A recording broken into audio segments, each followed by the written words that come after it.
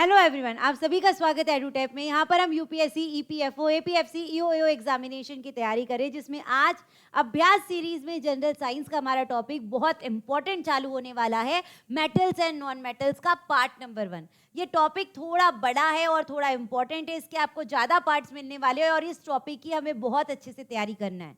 इसी टॉपिक में हम पीरियोडिक टेबल के बारे में भी पढ़ने वाले और एग्जाम में पक्का आपको इस टॉपिक से एक क्वेश्चन देखने को मिलेगा। तो टॉपिक बहुत इंपॉर्टेंट है, इसके सारे पार्ट्स देखना है और आज की वीडियो भी आपको लास्ट तक देखना है। और एक और बात मैं आपको बताना चाहती हूँ, एडुटेप ने आपके लिए कॉम्प्रिहेंसिव गाइड बुक लॉन्च की है। जो बच्चे ईपीएफओ, एपीएफसी की कंप्लीट तैयारी करना चाहते हैं, आप देखते हैं कि सिलेबस क्या होगा, बार बार आप सर्च करते हैं, आप पीवाईक्यू सर्च करते हैं, क्या इंपॉर्टेंट पीवाईक्यूज आपको पढ़ना है, तो आपकी कंप्लीट तैयारी आप कॉम्प्रिहेंसिव गाइड बुक को डाउनलोड करके कर सकते हैं। उसकी लिंक आपको इस वीडियो के डिस्क्रिप्शन बॉक्स में मिल जाएगी, जो कि बिल्कुल फ्री ऑफ कॉस्ट है। उसमें आपको डिकोडेड सिलेबस, पीवाईक्यूज और स्ट्रेटेजीज पता चलेगी कि अपने मार्क्स आप किस तरीके से अच्छे ला सकते हैं। ठीक है, तो चलिए बढ़ते हैं सबसे पहले क्वेश्चन की तरफ। पहला क्वेश्चन आपसे पूछ रहा है कि मेटल्स जो है टिपिकली नोन एज। आज हम क्या पढ़ने वाले हैं, मेटल्स एंड नॉन मेटल्स का पार्ट 1 है, तो बेसिक क्वेश्चन पढ़ने वाले हैं कि मेटल्स और नॉन मेटल्स की प्रॉपर्टीज क्या क्या होती है, क्या नॉन मेटल्स के अंदर आएंगे और क्या मेटल्स के अंदर आएंगे। ठीक है, तो what are metals typically known for being brittle and dull. Metals जो रहते हैं क्या वो टूट जाते हैं, क्या वो डल होते हैं, नहीं होते, ब्रिटल नहीं होते हैं, हार्ड होते हैं। सिर्फ सोडियम, पोटेशियम और लिथियम, ये 3 मेटल ऐसे हैं जो कि एक्सेप्शन है। सारी बातें मैं आपको बीच बीच में बताते चलूंगी कि कैसे एग्जाम में क्वेश्चन बन सकते हैं।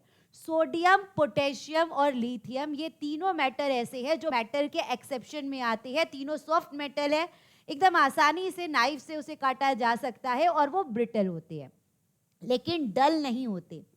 ठीक है, तो ये वाला हम काट देंगे, हमें एक्सेप्शन को थोड़ा कम पकड़ना है। तो मेटल्स जो रहते हैं ब्रिटल और डल नहीं रहते हैं, मेटल्स जो रहते हैं हार्ड और शाइनी रहते हैं। तो पहला ऑप्शन हमने काट दिया। Being non conductors of electricity, electricity के नॉन कंडक्टर्स नहीं होते बल्कि गुड कंडक्टर्स होते हैं। आपने देखा होगा कि जो हमारे घर में वायर्स रहते हैं वो कॉपर के बने होते हैं। कॉपर जो है एक मेटल के अंदर आता है।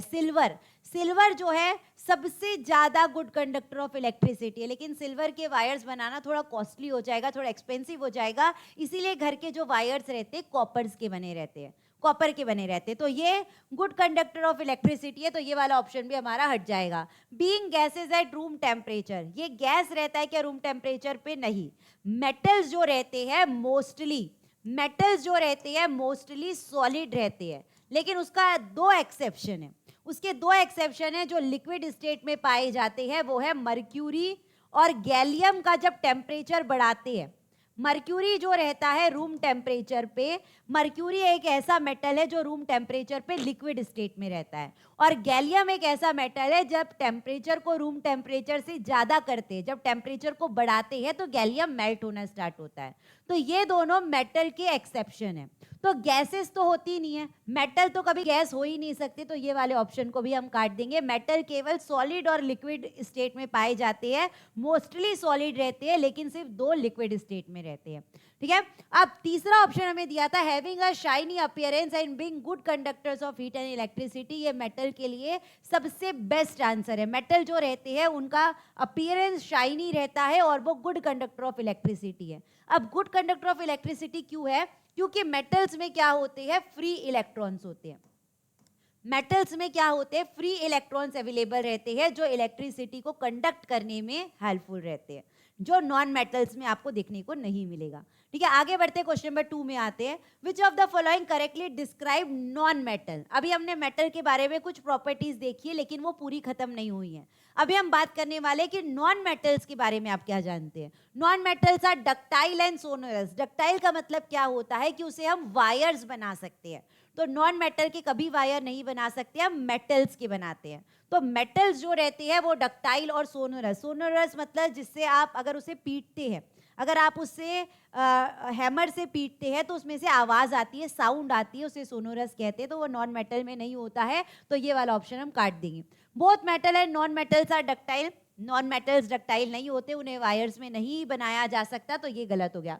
Non metals are all liquid at room temperature, सारे के सारे नॉन मेटल्स लिक्विड रहते हैं क्या? नहीं, नॉन मेटल्स तीनों स्टेट में पाए जाते हैं, सॉलिड में भी पाए जाते हैं, लिक्विड में भी पाए जाते हैं और गैस में भी पाए जाते हैं। मैं तीनों के आपको, अगर क्वेश्चन आ गया कि कौन सा सॉलिड रहता है, कौन सा लिक्विड रहता है, कौन सा नॉन मेटल गैस में रहता है, तो ये आपको पता रहना चाहिए।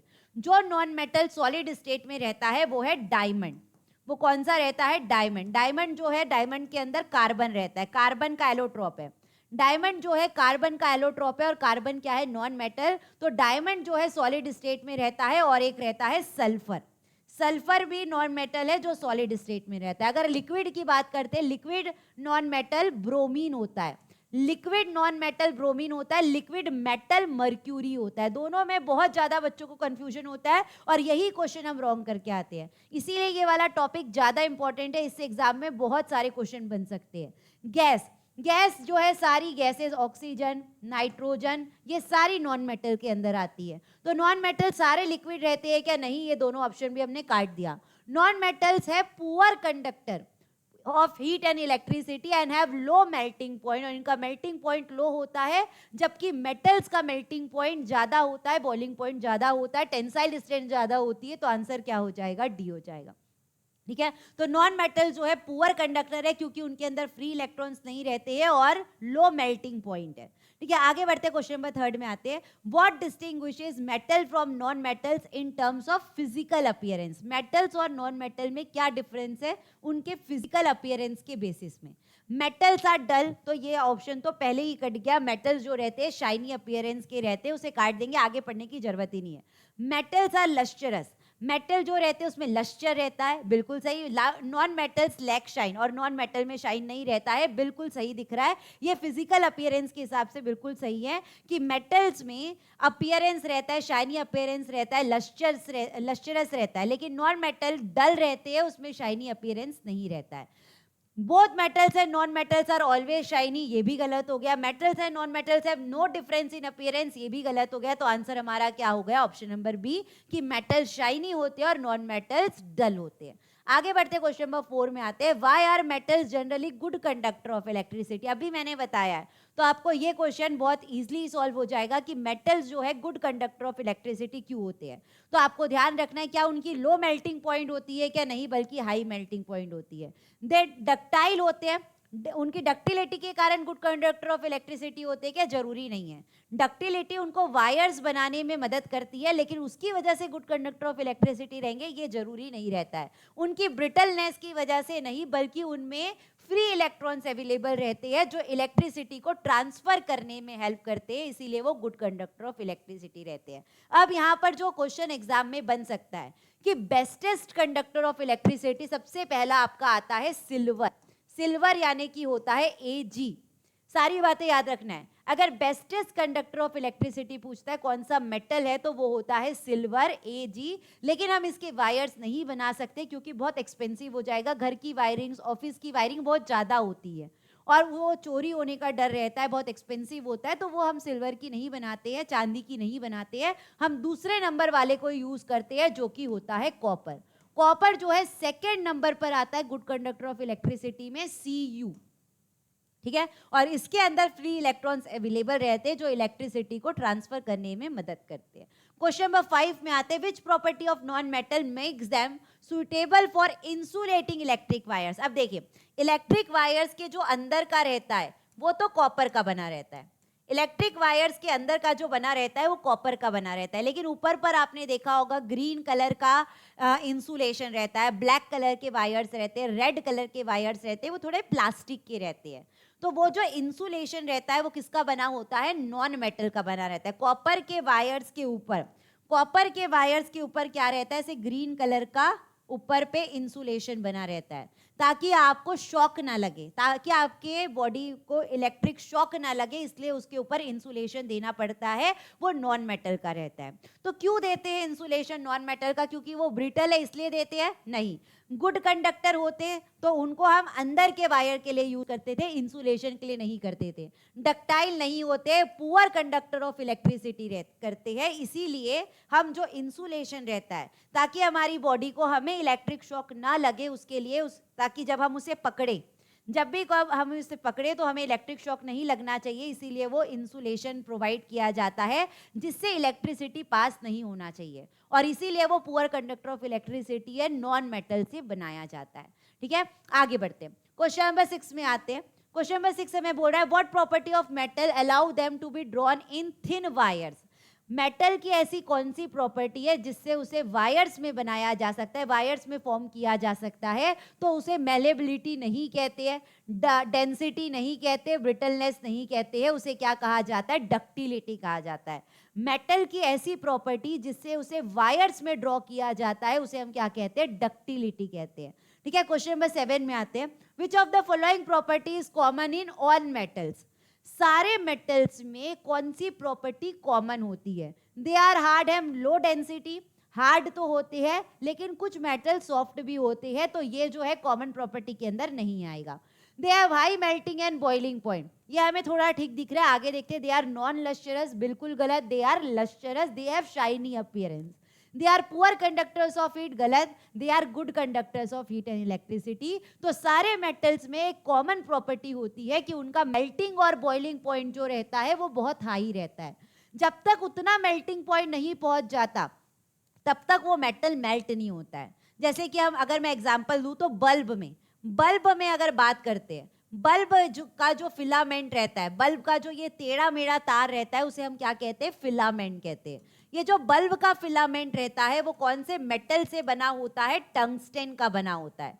किसका बना होता है, टंगस्टन का बना होता है। और टंगस्टन की सबसे ज्यादा मेल्टिंग पॉइंट है, वो एक मेटल है, सबसे ज्यादा मेल्टिंग पॉइंट है 33450 डिग्री सेल्सियस के आसपास है, एग्जैक्ट नहीं है, इसके पास है। तो जब तक इतना टेम्परेचर नहीं पहुंचता है वो मेटल मेल्ट नहीं होगा, इसीलिए बल्ब के जो फिलामेंट को टंगस्टन से बनाया जाता है।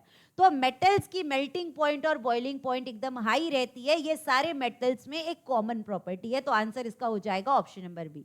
आगे बढ़ते क्वेश्चन नंबर 8 में आते हैं, which property allows metal to be hammered into thin sheets without breaking. अब देखिए, हमने वायर्स देखा कि मेटल के वायर्स बनाते हैं, उसे डक्टिलिटी कहते हैं। तो मेटल के थिन शीट भी बनाई जा सकती है, मेटल की ऐसी पतली चादर भी बनाई जा सकती है, उसे हैमर से पीट पीट कर थिन शीट्स बनाई जा सकती है। वो प्रॉपर्टी क्या कहलाती है, मेलेबिलिटी कहलाती है।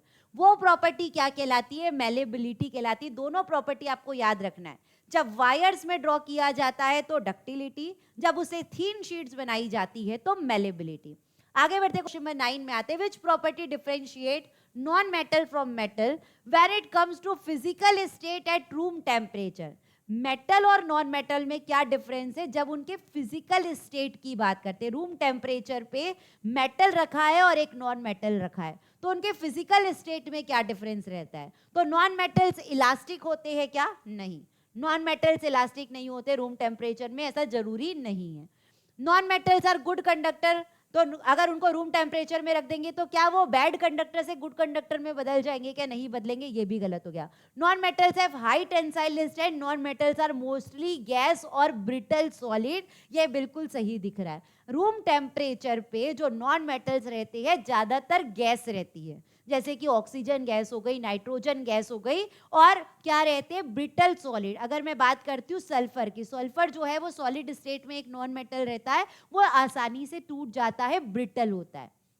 तो ये डिफरेंस है फिजिकल स्टेट में। लेकिन जो मेटल रहते हैं, मेटल जो रहते हैं रूम टेम्परेचर में सारे के सारे सॉलिड रहते हैं एक्सेप्ट मर्क्यूरी।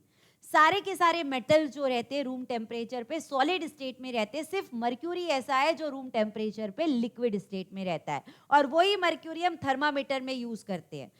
आपने थर्मामीटर जो है अपने बॉडी के टेम्परेचर के लिए बहुत बार यूज किया होगा, तो वो थर्मामीटर में आप देखेंगे सिल्वर कलर की जो चीज ऊपर नीचे जाती है जो आपके टेम्परेचर को बताती है वो मर्क्यूरी रहती है। तो मर्क्यूरी जो लिक्विड स्टेट में रहती है उसका यूज थर्मामीटर्स में किया जाता है। ठीक है, आगे बढ़ते क्वेश्चन नंबर 10 में आते हैं, which of the following is not a property of metals. Metals की कौन सी प्रॉपर्टी नहीं है? तो मेटल सोनोरस होते हैं, आप उसको अगर पीटेंगे तो उसमें से आवाज आएगी, तो सोनोरस होते हैं। डक्टाइल होते हैं, उनको वायर्स में बनाया जा सकता है। हाई डेंसिटी होती है लेकिन पुअर थर्मल कंडक्टिविटी नहीं होती। आंसर क्या हो जाएगा? C good thermal conductivity. Thermal conductivity मतलब हीट ट्रांसफर करना, हीट को, इलेक्ट्रिसिटी को ट्रांसफर करना, तो इसकी गुड थर्मल कंडक्टिविटी होती है, पुअर नहीं होती। तो आंसर हो जाएगा सी। ठीक है, आगे बढ़ते क्वेश्चन नंबर 11 में आते हैं। Which of the following metal is most malleable? Malleable हमने क्या पढ़ा था? मेलेबिलिटी हमने क्या पढ़ा था कि मेटल्स को थीन शीट्स में बनाया जा सकता है, थीन शीट्स में बदला जा सकता है उसे हैमर से पीट कर। तो कौन सा ऐसा मेटल है जो ज्यादा मेलेबल है? तो आपको याद रखना है वो है गोल्ड। गोल्ड, गोल्ड जो है उसका अगर हम 1 ग्राम गोल्ड लेते हैं तो उसे बहुत ज्यादा, उसे थीन शीट्स में बनाया जा सकता है। तो सबसे ज्यादा मेलेबल मेटल जो रहता है गोल्ड होता है। और ये वाली बात एनसीईआरटी में दी है, ये वाला जो दिया है ये आपकी एनसीईआरटी में दिया है, एग्जाम में क्वेश्चन बन सकता है। सबसे ज्यादा मेलेबल मेटल गोल्ड होता है। ठीक है, आगे बढ़ते क्वेश्चन नंबर 12 में आते हैं। Which non metal is lustrous in appearance? अब देखिए, अभी तक हमने पढ़ा कि सारे के सारे नॉन मेटल डल होते हैं, उनमें कोई लस्टर नहीं होता, उनमें कोई शाइनी अपीयरेंस नहीं होता। लेकिन केमिस्ट्री में, साइंस में एक्सेप्शन पर ज्यादा क्वेश्चन बनते हैं, कुछ ना कुछ एक्सेप्शन रहता है। वैसे ही नॉन मेटल जो कि लस्टरस होता है, जो कि नॉन मेटल लस्टरस है, वो कौन सा आपको बताना है। अगर मैं सल्फर की बात करती हूँ, सल्फर जो है सॉलिड स्टेट में पाया जाने वाला नॉन मेटल है, उसमें लस्टर नहीं होता है, उसमें शाइनी अपीयरेंस नहीं होता। फॉस्फोरस में नहीं होता। फॉस्फोरस के बारे में कुछ बातें मैं आपको बताऊंगी पार्ट नंबर 2 में, जिसके ऊपर एग्जाम में बहुत इंपॉर्टेंट क्वेश्चन बनते हैं। लेकिन फॉस्फोरस नॉन मेटल है, ये आप लोग याद रखेंगे। तो वो भी डल होता है, वो शाइनी नहीं होता, तो ये भी गलत हो जाएगा। कार्बन, कोयला, कोयला आपने देखा होगा, कोयले में शाइनी अपीयरेंस नहीं होता है, डल होता है, ये भी कट जाएगा। लेकिन आयोडीन, आयोडीन जो रहते हैं वो क्रिस्टल्स के रूप में रहते हैं। ठीक है, पर्पल कलर के क्रिस्टल्स रहते हैं, वॉयलेट पर्पल कलर के क्रिस्टल्स रहते हैं। उसका इस्तेमाल हम एंटीसेप्टिक के रूप में करते हैं। कैसे किया जाता है? आयोडीन का इस्तेमाल एंटीसेप्टिक के रूप में किया जाता है, और ये लस्टरस रहता है, ये शाइनी अपीयरेंस का रहता है, और ये आयोडीन एक नॉन मेटल है। ठीक है, आगे बढ़ते क्वेश्चन नंबर 13 में आते हैं। Which of the following properties common in both metal and non metal? अब एक ऐसी प्रॉपर्टी भी है, अब एक ऐसी प्रॉपर्टी भी है जो मेटल और नॉन मेटल में कॉमन भी है, वो प्रॉपर्टी को आपको बताना है। तो डक्टिलिटी मेटल में होती है लेकिन नॉन मेटल में नहीं होती, ये काट देंगे।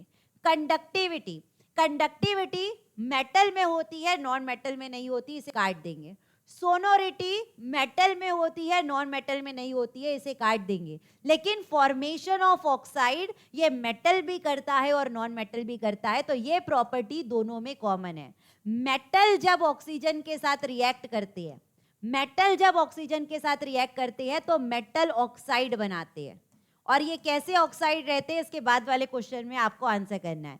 और नॉन मेटल जब ऑक्सीजन के साथ रिएक्ट करते हैं तो वो नॉन मेटेलिक ऑक्साइड बनाते हैं। तो दोनों में एक सिमिलर प्रॉपर्टी है कि जब दोनों ऑक्सीजन के साथ रिएक्ट करते हैं, चाहे मेटल हो तो वो मेटल ऑक्साइड बनाएगा, नॉन मेटल जब ऑक्सीजन से रिएक्ट करेगा तो नॉन मेटेलिक ऑक्साइड बनाएगा। तो दोनों ऑक्साइड बनाते हैं, ये उन दोनों में कॉमन प्रॉपर्टी है। ठीक है, तो क्वेश्चन नंबर 14 में आपको बताना है कि जब मेटल ऑक्साइड बनाता है तो उसका नेचर क्या रहता है, कैसा ऑक्साइड बनाता है। तो आपको याद रखना है कि मेटल जो ऑक्साइड बनाते हैं, मेटल जो ऑक्साइड बनाते हैं ये क्या होते हैं, बेसिक होते हैं। ये क्या होते हैं, अल्कलाइन होते हैं। तो मेटेलिक ऑक्साइड्स क्या होंगे, बेसिक होंगे। आपका आंसर क्या हो जाएगा, बी हो जाएगा, जिसका पीएच जो रहता है ग्रेटर देन 7 रहता है। मेटेलिक ऑक्साइड का जो पीएच रहता है ग्रेटर देन 7 रहता है, क्योंकि बेसिक हमारी पीएच स्केल में जो बेस रहते हैं 7 से ज्यादा रहते हैं। और मेटेलिक ऑक्साइड जो बनते हैं बेसिक इन नेचर रहते हैं, अल्कलाइन रहेंगे, बेसिक रहेंगे, ग्रेटर देन 7 रहेंगे। तो अगर मैं क्वेश्चन नंबर 15 में ये पूछती हूँ, non metal form oxides which are generally, अब जो नॉन मेटल ऑक्साइड बनाते हैं वो क्या होंगे, एसिडिक होंगे। मेटेलिक ऑक्साइड अगर बेसिक रहते हैं तो नॉन मेटेलिक ऑक्साइड कैसे रहने वाले हैं, एसिडिक इन नेचर रहने वाले हैं। ठीक है, और इनका जो पीएच रहेगा लेस देन 7 रहेगा। ठीक है। तो आज के पार्ट में, पार्ट नंबर 1 में हमने मेटल्स और नॉन मेटल्स की कुछ प्रॉपर्टीज देखी है, कुछ एक्सेप्शन क्वेश्चंस देखे हैं जो एग्जाम के लिए इंपॉर्टेंट रहेंगे। पार्ट नंबर 2 में हम इससे थोड़ा लेवल को हाई करेंगे कि एग्जाम में कैसे क्वेश्चन पूछे जाते हैं। आज हमने केवल मेटल्स और नॉन मेटल्स के बारे में बेसिक जाना है, कुछ इंट्रोडक्शन हमने पढ़ा है। आज हमने 15 MCQs पूरे करे हैं। अब हम इसके पार्ट नंबर 2 में मिलेंगे कुछ और अच्छे नए क्वेश्चन के साथ। और एक बात आपको बता देती हूँ कि एडुटैप में आपके लिए 3 कोर्सेज अवेलेबल है। एक है आपका मास्टर कोर्स, जो बच्चे एकदम बिगनर है, जिन्होंने कुछ भी नहीं पढ़ाई करी है, कुछ भी तैयारी नहीं करी है, उनके लिए मास्टर कोर्स है जिसमें PYQs है, बहुत आपको कंपोनेंट वाइज नोट्स मिल जाएंगे जिसको आप डाउनलोड कर सकते हैं। उन सारे बच्चों के लिए ये मास्टर कोर्स अवेलेबल है। उसके बाद स्पेशल सब्जेक्ट कोर्स, मान लीजिए आपको सिर्फ एक कोई स्पेशल कंपोनेंट पढ़ना है, अगर आपको IRN लेबर लॉ पढ़ना है, आपको जो भी एक स्पेशल कंपोनेंट पढ़ना है, बाकी सारी चीज़ों की आपकी तैयारी हो चुकी है, तो उन बच्चों के लिए स्पेशल सब्जेक्ट कोर्स अवेलेबल है। और जो बच्चे पूरी तैयारी कर चुके हैं और जिनको सिर्फ रिवीजन करना है, जो टेस्ट देना चाहते हैं, वो टेस्ट सीरीज वाला कोर्स ले सकते हैं। ठीक है, तो ये सारी बातें आपको ध्यान रखना है। आज की क्लास आपके सिर्फ बेसिक आपको बताने के लिए इंपॉर्टेंट थी, तो पूरी आपको वीडियोस को लास्ट तक देखना है। पार्ट नंबर 2 आपके लिए ज़्यादा इंपॉर्टेंट रहने वाला है, उसमें अब हम मिलेंगे। तब तक के लिए आप सभी को thank you, bye, take care and all the best.